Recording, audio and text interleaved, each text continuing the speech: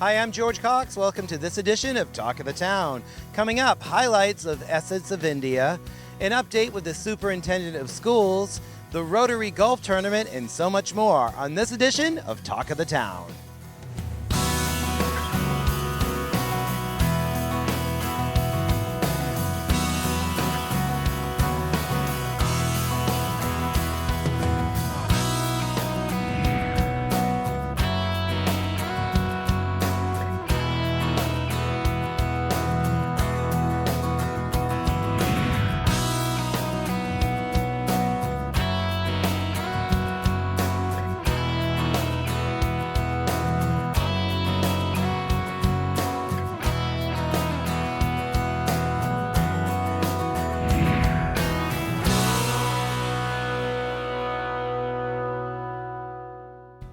The Bruce Freeman Rail Trail spans 4 towns, and it's for residents to enjoy a place where you can run, walk, and ride your bike. For more information, we had a chance to talk to Emily Teller and Joyce Reshoots. George, for Talk of the Town, we are here at the Bruce Freeman Rail Trail with one of the board of directors, Emily Teller. Tell us about the rail trail here. The Bruce Freeman Rail Trail was first discussed the day of the Challenger explosion in 1986 in Boston with Mass Department of Transportation. And it was envisioned by Bruce Freeman, who happened to be a Chelmsford representative to the House of Representatives in Boston. He had gone to visit his son in Long Beach, California, and had seen a rail trail there, and he realized that this right-of-way had been abandoned in the 70s and thought that maybe the same thing could happen in Massachusetts. So he worked to do that for a while and tried to get some funding and some design. And he unfortunately died of cancer, and his successor was Carol Cleveland. And the very first speech she gave in the House was to ask that this rail trail be named in honor of Bruce Freeman.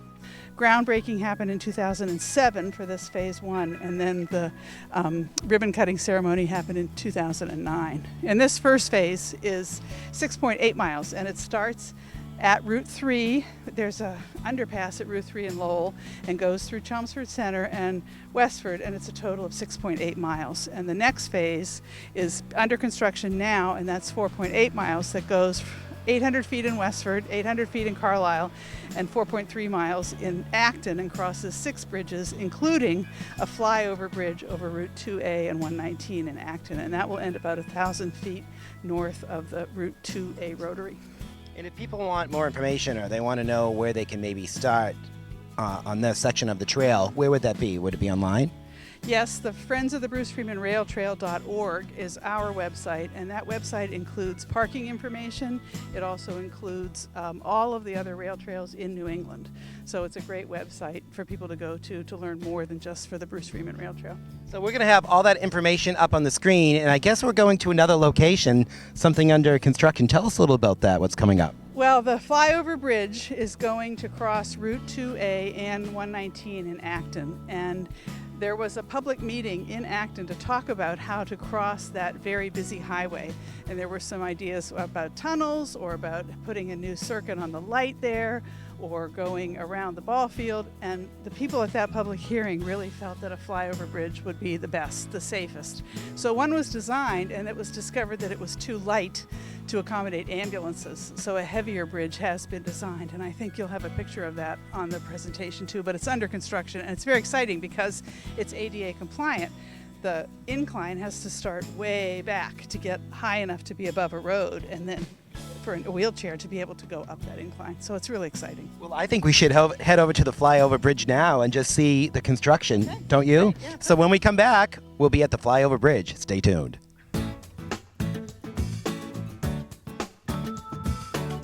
We are here with Joyce Reshoots of Pedal Power on the construction of the Bruce Freeman Rail Trail. Tell us what we have going on here. Okay, so right here you're at 2A and 119, and you just saw some shots of the bridge that they're building to fly over.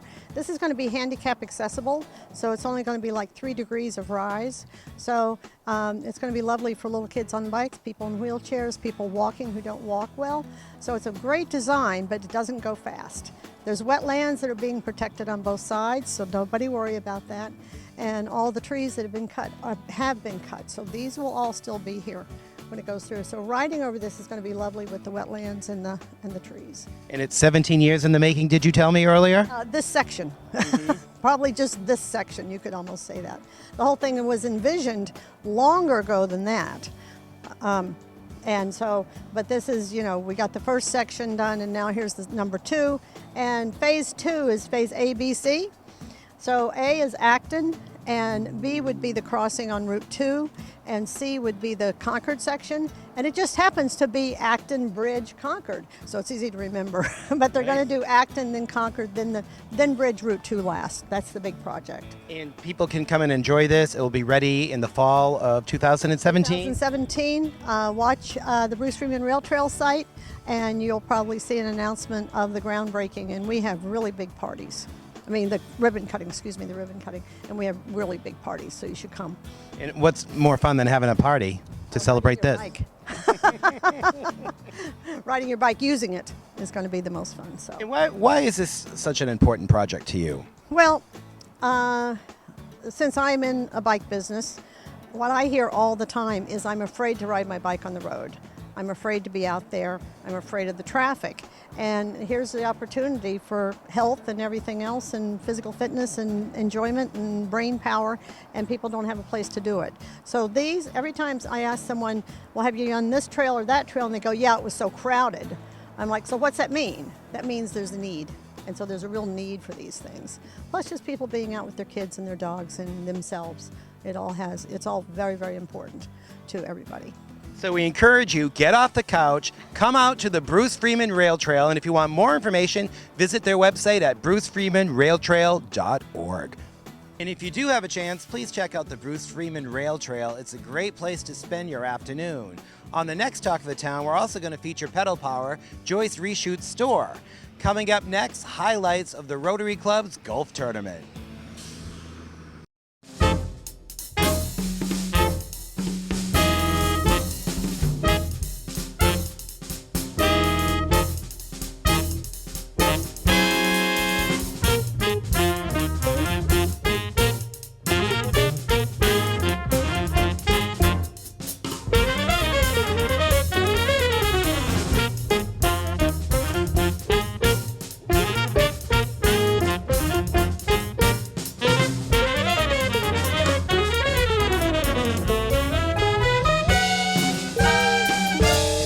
I'm Marvin Gould, a member of the Acton Boxborough Rotary Club.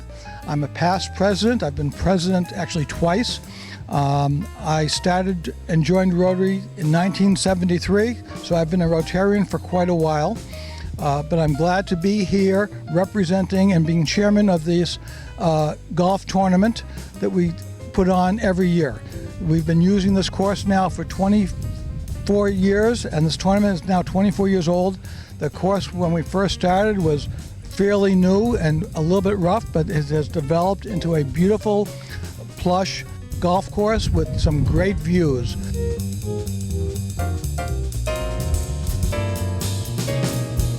This hole here, this signature hole number 9, is one of the nicest holes you'll ever play.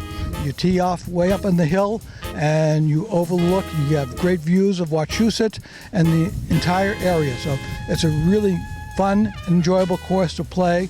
But we also, this is our biggest money maker that our club does. It's very important to the Acton Boxborough Club because we can use the funds from this tournament and we use them for all of our charities and events that we run through the year.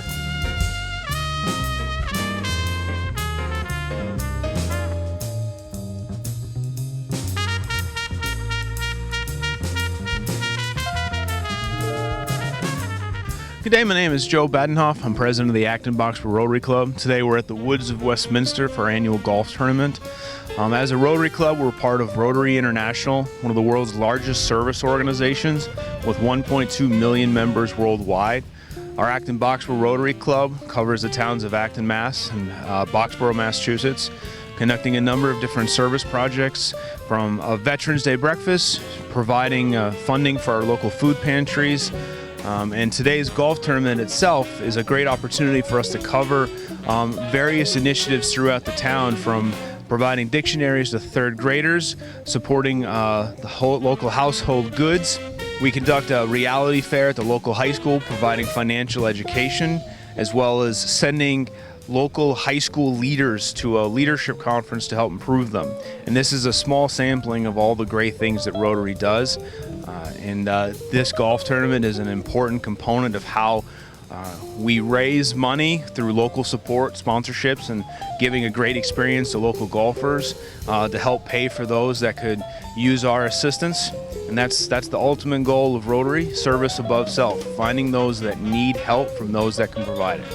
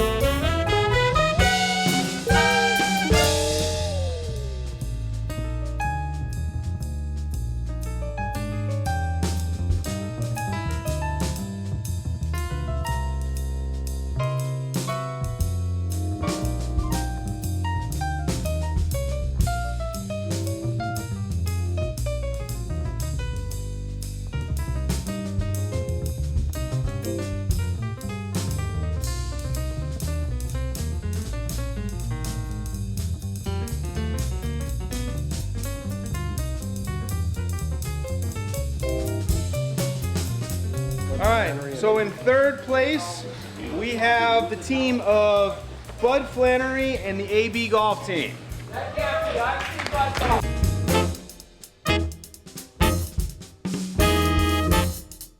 All right, in second place, we have Kimball's team.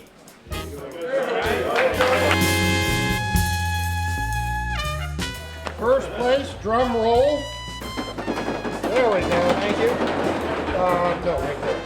The Acton Toyota team.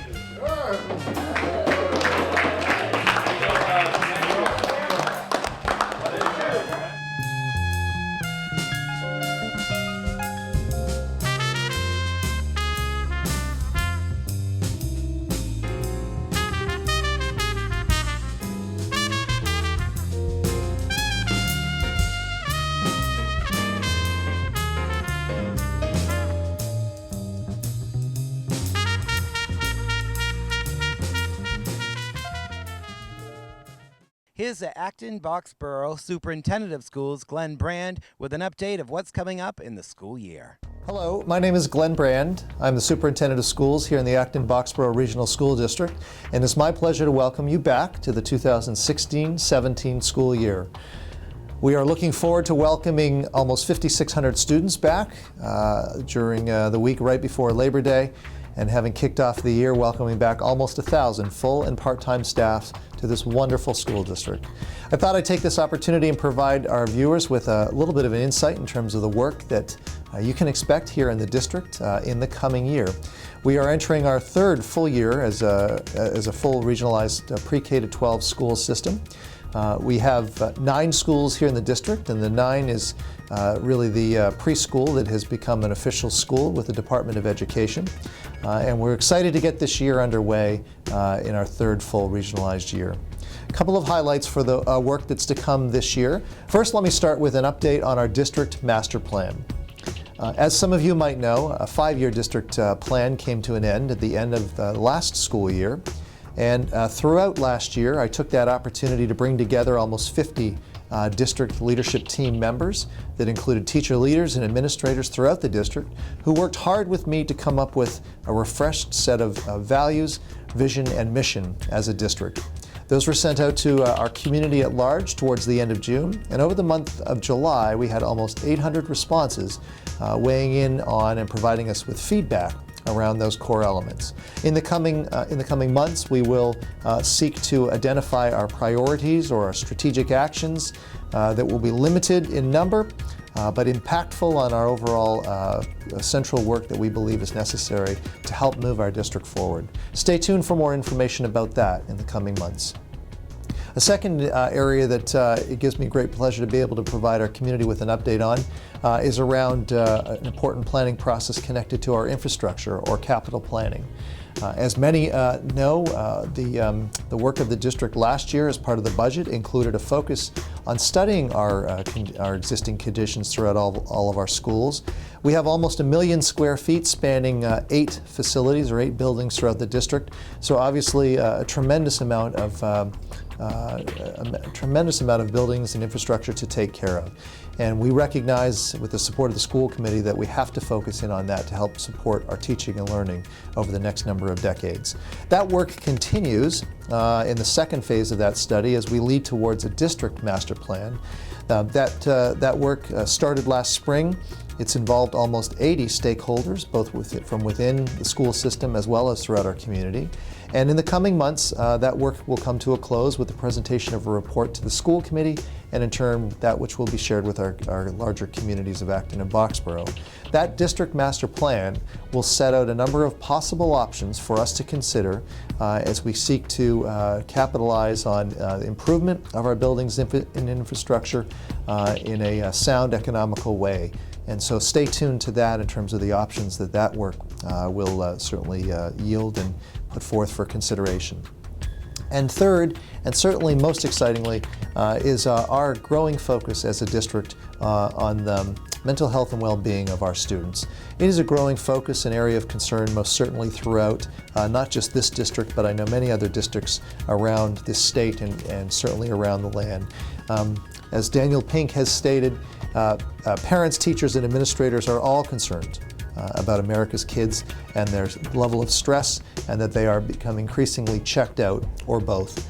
I'm excited to be able to share with our viewers that we are taking action on this and setting forth in a partnership with Challenge Success that's out of Stanford University. We're growing, joining a growing list of school districts, both in this state as well as throughout the nation, in this important work as we set to identify areas that we can have a meaningful impact on our young people that we serve. The mantra for Challenge Success, and if you'll forgive me for reading this directly, but I want to make sure that I capture it. And I quote, "We believe that our society's become too focused on grades, test scores, and performance, leaving little time for kids to develop the necessary skills to become resilient, ethical, and motivated learners. Challenge Success provides families and schools with the practical, research-based tools that they need to create a more balanced and academically fulfilling life for kids. After all, success is measured over the course of a lifetime, not at the end of a semester." I think this mantra is a perfect fit for our area of focus, and we have begun work with Challenge Success. Last spring, we surveyed students in 6th through 12th grade, and we are receiving those results now, and we'll be working with our educators over the course of the next few months to better understand that data and the research that goes along with this very exciting partnership that's before us. It's also with great pleasure that I'm able to share the fact that on November the 8th, Dr. Denise Pope, one of the founders of Challenge Success, will be visiting our district, and we'll be meeting with our educators throughout the course of the day, and then in the evening, an opportunity for our community members and our families and parents and guardians to meet with Dr. Pope to learn more about their work and how we can all make a difference in the lives of our young people. Thank you for taking a few minutes to listen, and again, it's with great excitement that I welcome you to this upcoming school year. I hope to see you around town and around the district soon. Thanks. Our great Acton volunteers, Daria, Rafi, and Raj, are on hand to cover this year's Essence of India. Here are some highlights. Hi, I'm Raj with the Acton Youth News Team here at Essence of India. We've got some booths, some music, and a nice amphitheater, so let's go check it out.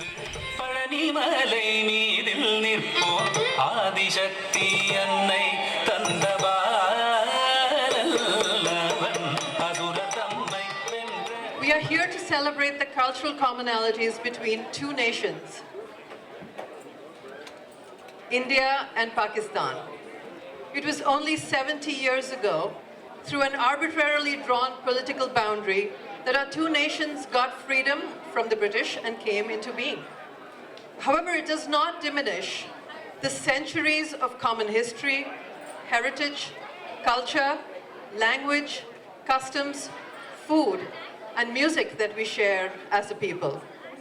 At a human and a person-to-person level, the two nations have continued to interact and collaborate through movies, music, theater, TV shows, artistic exchanges, and common media campaigns that have been successful in both nations, as well as here with the diaspora.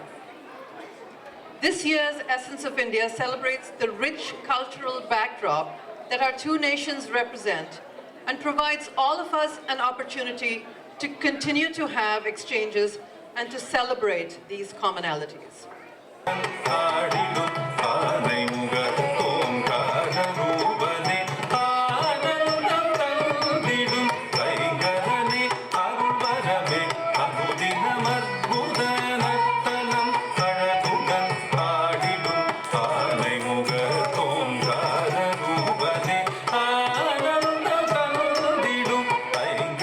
Hi, so I'm here with Srinivas here to talk about NESSPs. NESSP stands for New England Shirdi Sai Parivar. So it is basically we promote Sai Baba's principle, who is a saint from India, and we are constructing a Sai temple starting from scratch.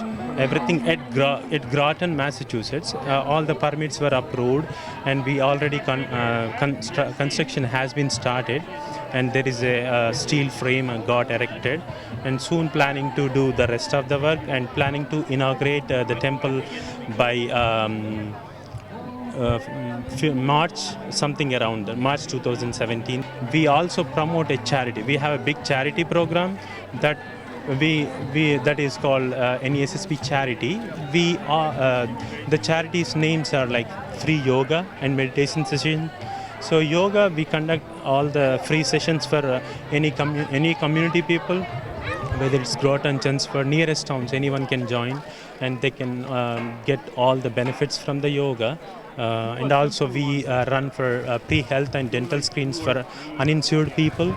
It's with certain limitations, and we also there are blood drives and team walks for cancer. Thank you very much. Actually, you know what the funny thing is? My family and I are also devotees of Sai Baba, and we have been working with orphanages in India. Also, I did actually a book drive in 3rd grade, so I know how important it is to work for others. Oh wow, that's very nice. You know one thing I always remember? I always remember this quote. Peace. He said, "Peace in the nation starts with peace in the home." Exactly. Yeah. So we are very devoted to Sai Baba. So thank you very much. And what do you like about Sai Baba, especially? How do you? So we are always doing bhajans and all that stuff and pujas. Exactly. But I went to a temple where he was, and I like how it doesn't matter who he meets, where he meets them. Exactly. He will always acknowledge and always hear you out, and if you pray, it always happens, whatever you want. Exactly. The faith and patience, that are the two principles that he generally teaches. So that is what helps us in the future. All right. Thank you so much.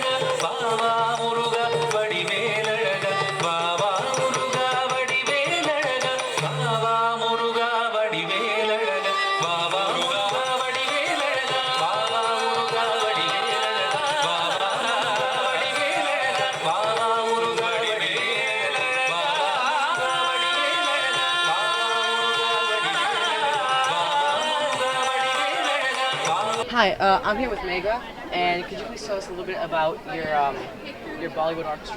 Yeah, so we are with the Desai Foundation. We are an organization that empowers women and children through community programming to elevate health and livelihood. And we are so thrilled to work with Falu, who's a world-renowned artist. She's performed with Asha Bhosle, A.R. Rahman at the White House, for Oprah, and she is going to be doing a concert for us in November 3rd at the Middle East. And it's her Bollywood orchestra. It's a 10-piece orchestra. It's an amazing event, and she kind of reimagines Bollywood classics to connect with a younger audience. And we're really excited about the concert. It's going to be fun. Yeah, I'm actually a really big fan of Bollywood songs. So is there a way we could contact you just to... Sure. If you're interested in the event or our organization, you can just go to thedesaifoundation.org. That's DESAI, Desai. And there's information about our work and the concert, and you can buy a ticket here today if you'd like. Awesome. Thank you very much. Thank you.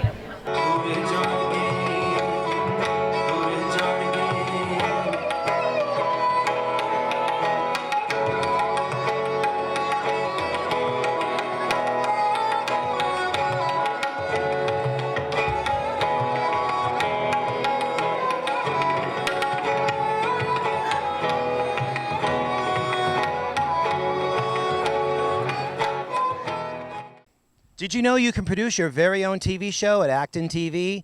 To find out more, visit our website. My name's George Cox. We'd like to thank you for watching Talk of the Town, and we'll see you again next time. We're going to leave you with highlights of that football show with those fantasy guys, produced by our very own Rick Degon.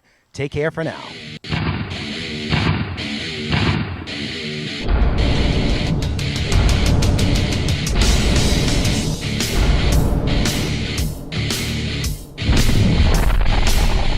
Hello and welcome to That Football Show with those fantasy guys. And we are back in those fantasy guys. Season number 7.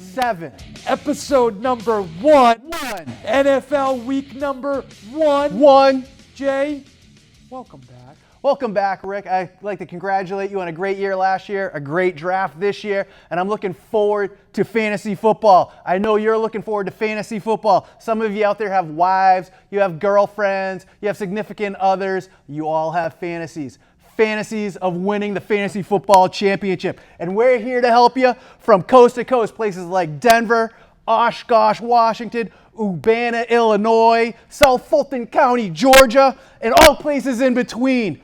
Me and Rick know everything there is to know about fantasy football between us, yet we agree on nothing. That's true.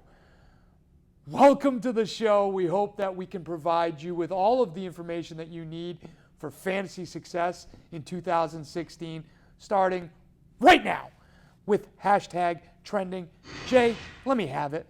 I just don't understand. I've been reading up, doing some research. That's what we do on fantasy football. We got to look at the metrics. And there is this myth on drafting wide receivers, number 1, number 2, number 3, number 4 overall. I don't understand it. I don't get how anybody could draft a wide receiver in the top 5 over a stud running back. Only 7 running backs gained over 1,000 yards last year. And when you have a pick early in the first round, when there's players like Gurley, Ezekiel Elliott, David Johnson, Le'Veon Bell, even though he's suspended, he ain't suspended for the playoffs yet. You're out of your mind if you draft a wide receiver. It's all about depth. And the 6 running backs I listed, that's it for elite depth at the running back position. For instance, I got a message about a month ago from my boy C. Swifty about a keeper league, and he had the availability to keep David Johnson or Allen Robinson. Okay, now David Johnson is an RB1 going in the 2, 3, 4 range overall. Allen Robinson is a wide receiver, low-end wide receiver run going in the 7, 8, 9 range overall. The average draft position of David Johnson is 2, 3, 4 maybe, and Allen Robinson is somewhere in the teens. In 0 drafts is Allen Robinson getting drafted before David Johnson. What I mean to say, in 0 drafts, should he be drafted before David Johnson? But the fact that this is even a question or a conversation just lends credence to the craziness that people put so much value in wide receivers.